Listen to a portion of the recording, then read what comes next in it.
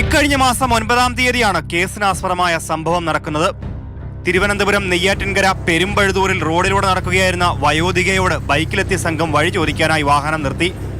സ്ഥലം പറഞ്ഞു കൊടുക്കുമ്പോഴേക്കും രണ്ടംഗ സംഘം ചെമ്മണ്ണുവിള വീട്ടിൽ 74 വയസ്സുള്ള ഡെയ്സിയുടെ മാല വലിച്ചു പൊട്ടിച്ചു.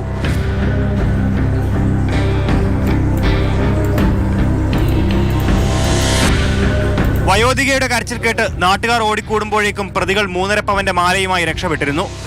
നെയ്യാറ്റിൻകര പോലീസിന് ലഭിച്ച പരാതിയുടെ അടിസ്ഥാനത്തിൽ പോലീസും ഡാൻസ് ഓഫ് സംഘവും സംയുക്തമായി പരിശോധന നടത്തി. 150ഓളം CCTV ദൃശ്യങ്ങൾ ശേഖരിച്ച് നടത്തിയ അന്വേഷണത്തിലാണ് പ്രതി പിടിയിലായത്. നെയ്യാറ്റിൻകര പ്രാവച്ചമ്പലം അരിക്കടമുക്ക് മേപ്പല്ലൂർ വീട്ടിൽ ഹാജ ഹുസൈനെയാണ് നെയ്യാറ്റിൻകര പോലീസും ഡാൻസ് ഓഫ് സംഘവും പിടികൂടിയത്. കൃത്യശേഷം ഒളിവിൽ പോയ ഹാജ ഹുസൈന്റെ സുഹൃത്തും കേസിലെ 1-ാം പ്രതിയുമായ യുവാവിനെ ഉടൻ തന്നെ പിടികൂടുമെന്ന് നെയ്യാറ്റിൻകര പോലീസ് അറിയിച്ചു. കോടതിയിൽ ഹാജരാക്കിയ പ്രതിയെ റിമാൻഡ് ചെയ്തു.